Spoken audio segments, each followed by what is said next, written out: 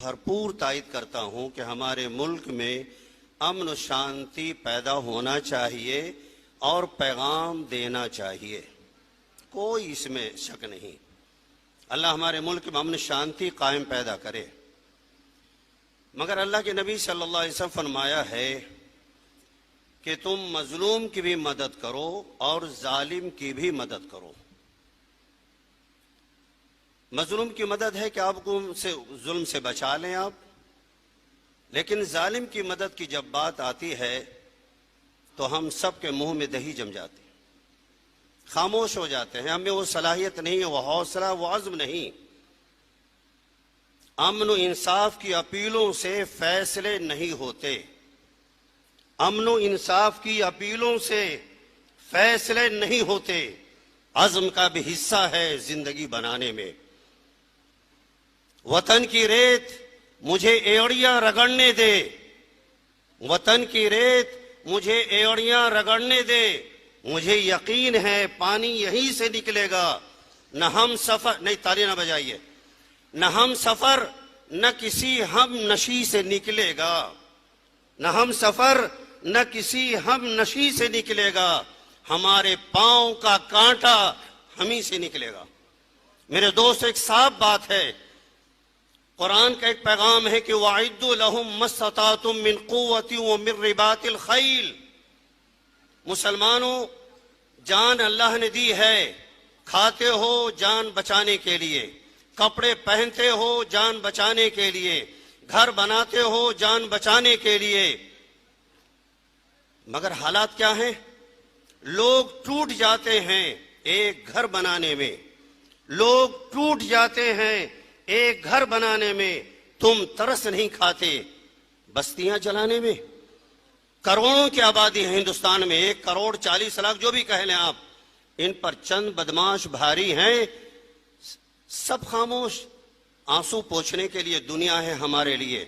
مگر قرآن نے پیغام دیا تھا، علماء کی موجودگی میں کہہ رہا ہوں، اگر میں غلط ہوں تو اسی برسر محفل میری رہنمائی کی جائے۔ قرآن نے تصور دیا تھا قیامت تک وہ آیت نہ منسوخ ہوئی ہے نہ اس کا حکم موقوف ہوا ہے۔ بڑی ذمہ داری سے کہہ رہا ہوں، ترہبون بہ عدو اللہ وعدوکم، تم ظالموں کے دشمنوں اپنی دھاک بیٹھاؤ، گاجر مولی بن کے زندگی مت گزارو، کتوں کی طرح، گاجر مولیوں کی طرح تم کاٹ دیے جاتے ہو، کوئی پرسان حال نہیں ہوتا۔ ان حالات میں ہماری ذمہ داری کیا ہے؟ ظالموں کو روکو، اور روکنے کے لیے کیا کرنا ہے؟ امن و انصاف کا یہ آئی کارڈ لگا کے کھڑے ہو جائیں گے، بھیا ہم امن کے پیغامبر ہیں، انصاف کے علمبردار ہیں،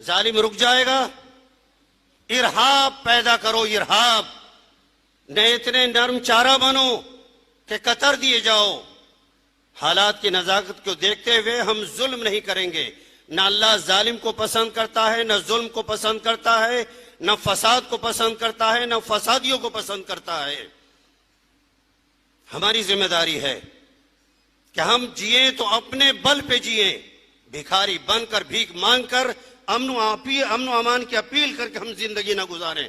ہم مرنا پسند کریں گے مگر کتوں کی زندگی گزار کر جینا پسند نہیں کریں گے۔ یہ جذباتی تقریر نہ سمجھیں آپ، یہ دل کا درد ہے۔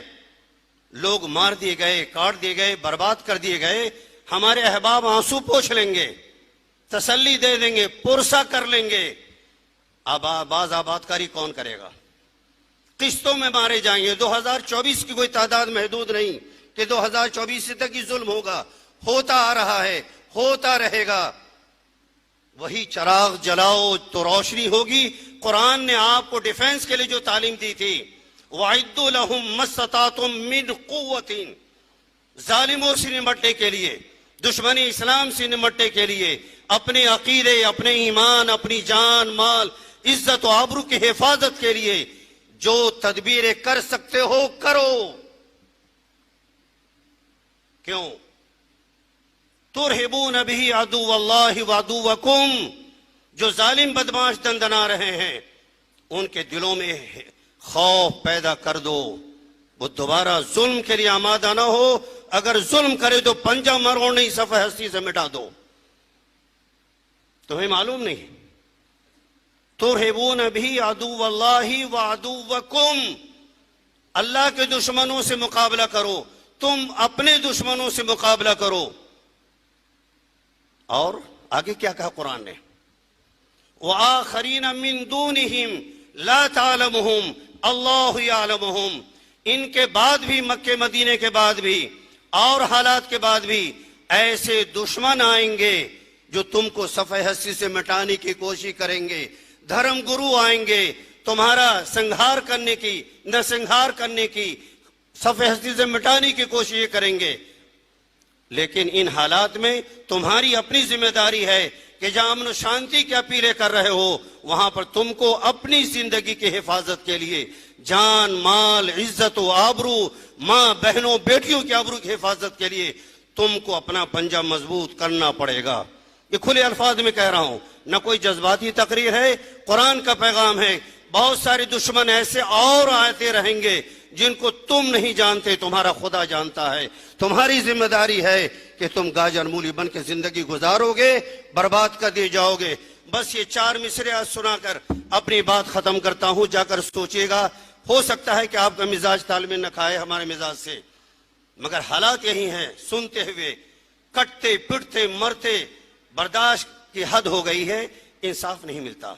بس یہ شعر سن لیجیے ربائی: کسی کے رحم و کرم پر جیو گے کتنے دن، کسی کے رحم و کرم پر جیو گے کتنے دن، اپنی قوت عزم و عمل بھی پہچانو اور حیات چھین لو وقت رواں کے ہاتھوں سے، حیات چھین لو وقت رواں کے ہاتھوں سے، حیات بھیک میں ملتی نہیں ہے دیوانوں۔ وآخر دعوانا الحمدللہ رب العالمین۔